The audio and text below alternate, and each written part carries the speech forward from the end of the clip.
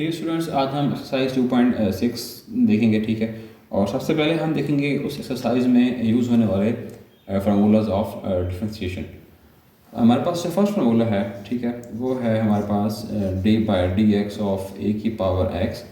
सो इसको हम कहते हैं, ए की पावर एक्स को हम कहते हैं जनरल एक्सपोनेंशियल फॉर्म, ठीक है, एक्सप्रेशन। सो इसका हमारे पास जो डेरिवेटिव हम जब लेंगे तो वो हमारे पास आपने सेम ये टर्म एज लिखनी है, ए की पावर एक्स, ठीक है।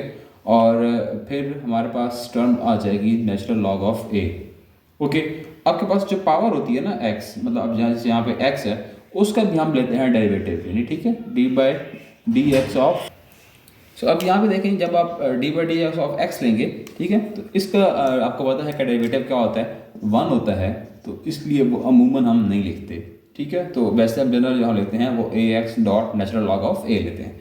ओके, सेकंड हमारे पास जो फार्मूला आता है वो है हमारे पास डेरिवेटिव ऑफ, हमारे पास जो अब एक एक्सपोनेंशियल टर्म आ जाए, जैसे e की पावर x है, तो सेम आपने e की पावर x एज लिखनी है। ओके, और फिर आप लेंगे आपकी पावर का डेरिवेटिव जो कि 1 है, और यहाँ पे भी हमारे पास नेचुरल लॉग ऑफ e आएगा। अब यहाँ पे भी आप देखें, जो नेचुरल लॉग ऑफ e है वो इक्वल होता है किसके, 1 के। सो इसलिए फिर हम इस टर्म को भी नहीं लिखते, ठीक है। तो हमारे पास जो इसका आंसर आ गया डेरिवेटिव ऑफ e की पावर x का, वो क्या आ गया, e की पावर x।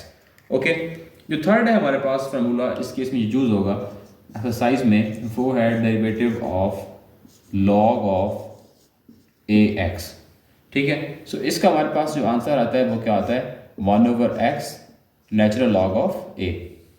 ओके, हमारे पास जो 4 है वो है derivative of natural log D by D x of natural log of A, जो कि इक्वल होता है, sorry, natural log of X, ठीक है, वो होता है हमारे पास क्या, 1/x के इक्वल। अच्छा, अब नेक्स्ट हमारे पास जो है वो है हाइपरबोलिक फंक्शंस। ओके, कुछ वैल्यूज़ को हम पहले रिकॉल कर लेते हैं और फिर हम देखेंगे इनके फार्मूलाज को। जैसे कि हमारे पास है साइन हाइपरबोलिक ऑफ एक्स, जो कि इक्वल होता है हमारे पास e की power x, okay, minus e की power minus x divide by 2। Okay, next है हमारे पास कॉस हाइपरबोलिक x। ये वाली वैल्यूज जो है ना फार्मूलाज, ये हमने फर्स्ट ईयर में देखे हैं। अब यहाँ पे बाकी टर्म्स उसी तरह ही हैं जिस तरह का हमारे पास साइन का था, बस यहाँ पे टर्म हमारे पास आ जाती है, वो क्या आती है, प्लस की। ओके, और जो tan हाइपरबोलिक x है वो है हमारे पास, जब इन दोनों को हम डिवाइड करेंगे तो हमारा जो आंसर आएगा e की पावर x माइनस e की पावर x ओवर e की पावर x प्लस e की पावर माइनस x। अब बाकी जो है वो कॉस, सॉरी, साइन का हम लेंगे, वो क्या आएगा, कोसिकेंट हाइपरबोलिक x, तो वो हमारे पास सिंपली 2 ओवर e की पावर x माइनस e की पावर माइनस x। और इसी तरह हमारे पास सीकेंट हाइपरबोलिक x जो आ जाएगा, ये भी मैं सिर्फ वैल्यूज़ को रिकॉल करवा रहा हूँ, इनके जो हम फार्मूलाज हैं वो अभी देखते हैं, ठीक है। सो हमारे पास सेकेंड हाइपरबोलिक x जो आ जाएगा वो है 2 ओवर e की पावर x प्लस e की पावर माइनस x। ओके, सो ये हमारे पास है सेकेंड हाइपरबोलिक x का। सो इसी तरह लास्ट हमारे पास है, ठीक है, वो है हमारे पास कॉट हाइपरबोलिक x, जो कि इक्वल है इसके इनवर्स के, ठीक है। सो विच इज e की पावर x प्लस e की power minus x over e की पावर x माइनस e की पावर माइनस x। ओके, तो अब ये जस्ट मैंने वैल्यूज़ को रिकॉल करवाया है, और अब हम देखते हैं इनके हम डेरिवेटिव किस तरह से लेते हैं।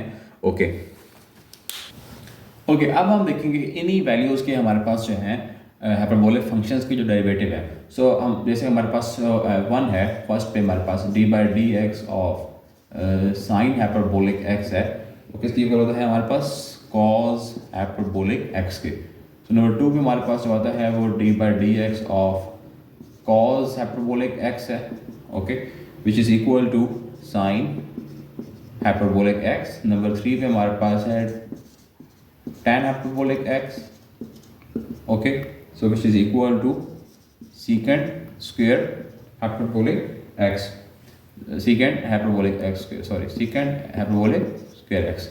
ओके, सो हमारे पास 4 पे जो है वो है D by D x of, अब हम साइन कर लेंगे, यानी को secant hyperbolic x, ठीक है।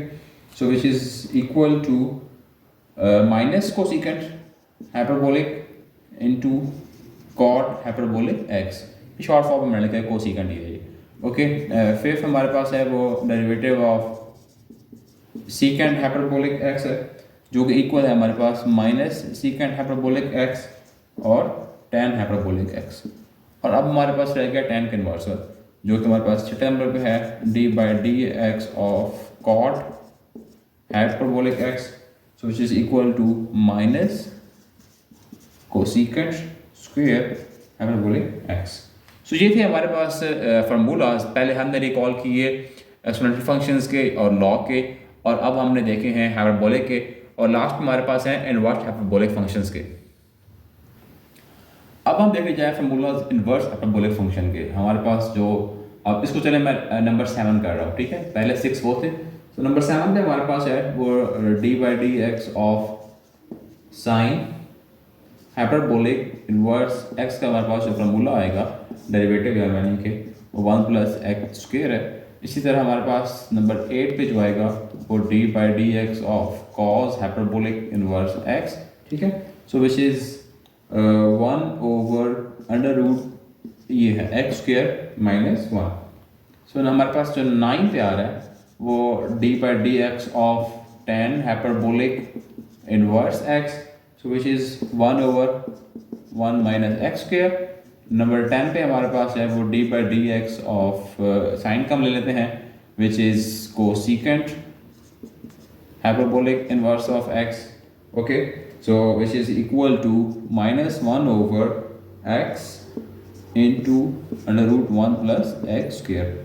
नंबर 11 और नंबर 12, 11 पे हम ले लेंगे cos के इनवर्स का, so which is secant hyperbolic inverse of x, so which is equal to minus 1 of x under root 1 minus x square।